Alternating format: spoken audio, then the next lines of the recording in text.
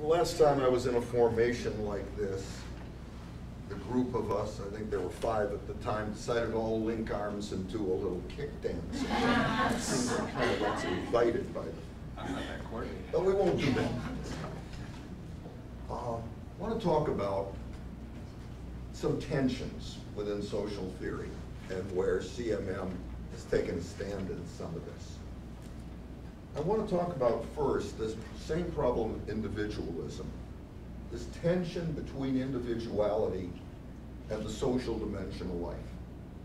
Because you can recognize, I think, that there's something a little bit wrong when Enlightenment bashing goes too far. We wouldn't be here without the Enlightenment. We wouldn't be challenging traditional ways of doing work, whatever that way of work might have been, without the liberation that came from the Enlightenment. There was something socially very useful about highlighting the rights of the individual to stand out and be different. At the same time, of course, you can't imagine those Enlightenment thinkers without the connections they had to one another, without falling back to some classical heritage. And so what was pushed out of the picture was the social dimension of the rise of Western individuality.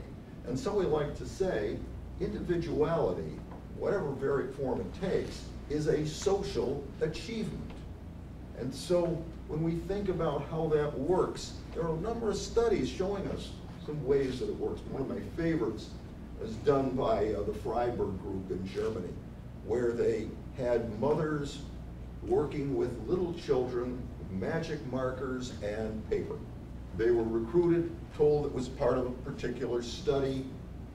That was all ruse. What they really did was just leave the mothers, or and sometimes fathers, with their children, paper, magic markers, waiting their turn, supposedly, to be part of this study, and then did some nice innocuous thing and gave them something.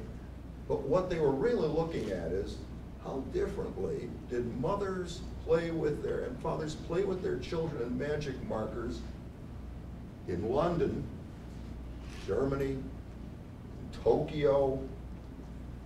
How'd they do that? One of the things they discovered, Margaret Krecker was the lead researcher on this. She looked, for example, the British picture of this, and the child draws, playing with the magic markers. And you know, the pictures at that age, they don't look like anything that you could really discern. A few of them actually got ahead with some lines. And the mothers would look at that and say, how pretty, isn't that pretty? And the child would say, made a picture, made a pretty picture. Yes, I made a pretty picture. You made a pretty, yes, I made it. And if you listen to the emphasis, it's when the child says, I made it, my picture, I did that, that the mothers smile, say, yes, you made such a beautiful picture. Contrast, Tokyo. Same magic marker, same paper, child's draws the same kind of silly drawings.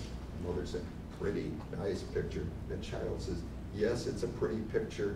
And the mother says, to whom shall we show it? And the child says, show it to Daddy? Yes, Daddy will be so proud of the picture you made. Who else will we show the picture to?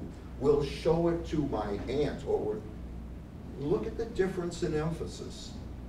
In one case, what makes it special is it's inside you. I made it. In the other, it is the unique position, still in form of individuality, but the unique position you have in a relational web. Now, we create individuality in a lot of ways, but we create it socially.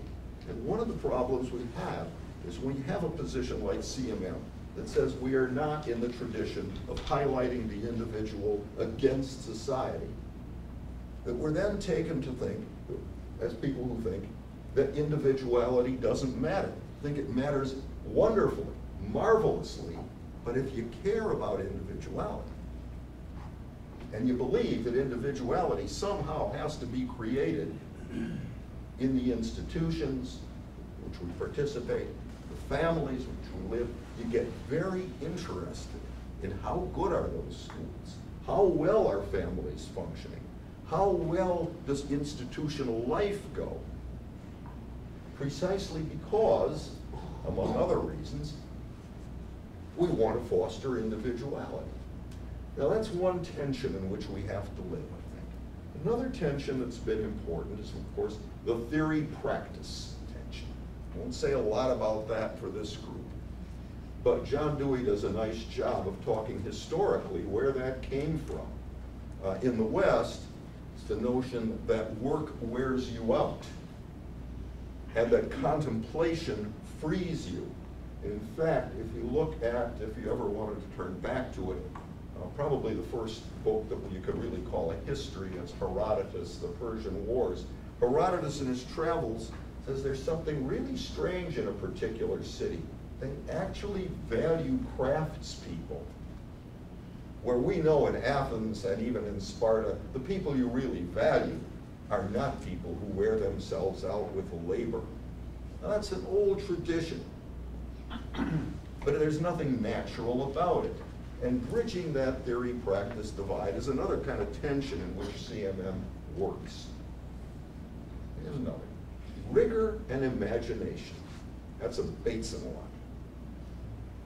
When you try to break free from some kinds of old restraints about how to do work, the first thing you wind up with, and I've forgotten who penned the phrase, it might have been Toole, but I'm not sure. It might have been Rorty, actually. The requirement for bad argument.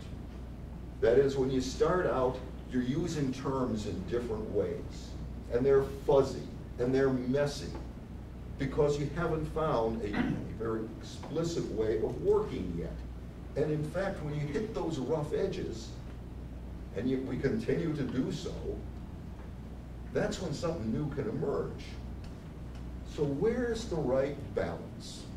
Now, one of the problems we've run into, of course, a lot of the criticism of CMM, that it's not rigorous enough methodologically. We get that particularly from the variable analytics school. But there's an old story about that. It's from that series that I cited last night, although this one's from the town of Helm, where everybody in this mythical town is either crazy or a fool. And they wanted to update their way of life. After all, it was 1350, and there were new technologies, and they thought they had heard about this thing called the sundial. Now, that would be really useful. We'd be able to tell where we are in the day and plan our lives. So they save their little bit of money, and they send a delegation to a city, and they buy this beautiful brass sundial. They set it up in the middle of a town cross, and they're looking at it, and everyone's saying, this is wonderful, this is beautiful, it's so helpful. And somebody says, excuse me, but you know, in a few years, the rain, the sun, the wind, the dirt from the road, in a few years, this beautiful sundial is going to be corroded, it's going to be pitted, it's going to be dirty, and we've just spent so much on it. That's a problem. So, of course, the people who get together their wisest folks and tell them to think about the problem, and they meet and they talk, they come together. We have the solution. What's the solution? We'll build a roof over our sundial, and that will keep everyone agrees that's exactly what to do. I think that's sometimes what we do methodologically. Because something we're doing is so important and so precious, we create some methodologies that in fact distort and kill the very thing we're trying to study. Now, what about methodology in CMM? And somebody shout when it's time for me to shut up. About a minute. One of the things you might talk about is what kinds of methodologies to use that embrace the connectedness of things. This is no time to lay out a methodology, even if I had another hour. But there are some ways of interviewing that we've been working with, particularly what we've discovered from a group originally from Milan, called they do circular questions, and we've adapted that to CMM and to a lot of different settings. We don't do it exactly the way they do it. And it's not the only methodology you could use with CMM.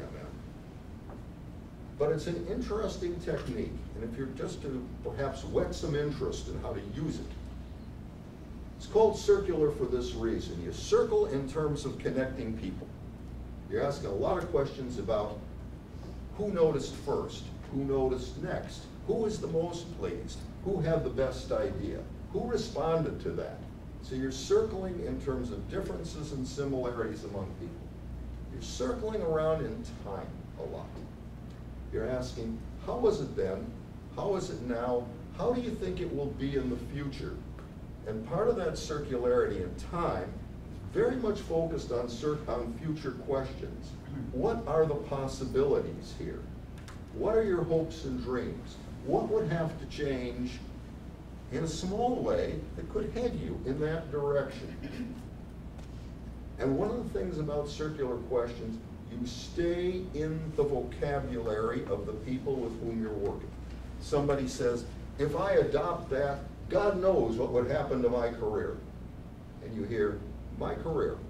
Next question, you embed that key phrase in your next question and develop it. And one of the things we start to find is it gives us the kinds of information that we want from CMM.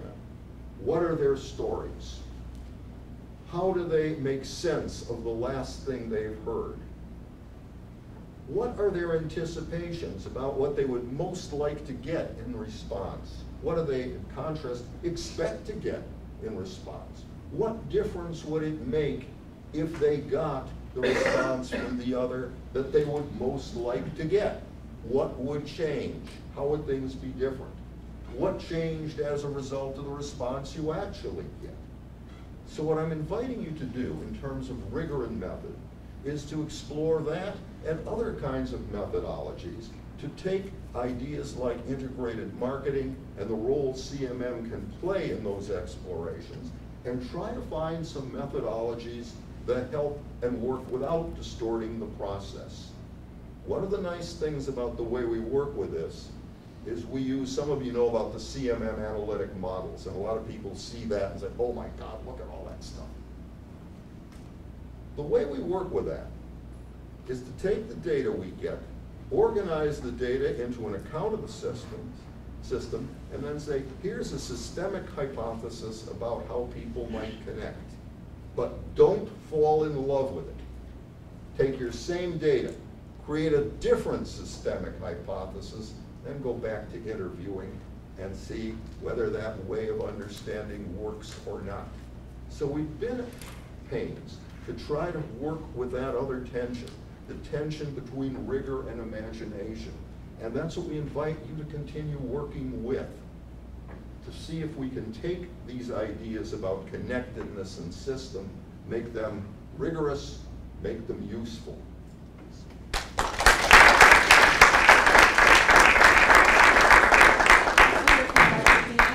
And so we have no panel after this, so we're going into lunch. So we can, I mean, not that I want to prevent you from eating, but we have some time, so we can be a little bit looser. So don't worry. Tim, is this note from you? Yeah, just helping out. It says, Deanna, don't mess this up. That's help, huh? I just thought it'd be funny.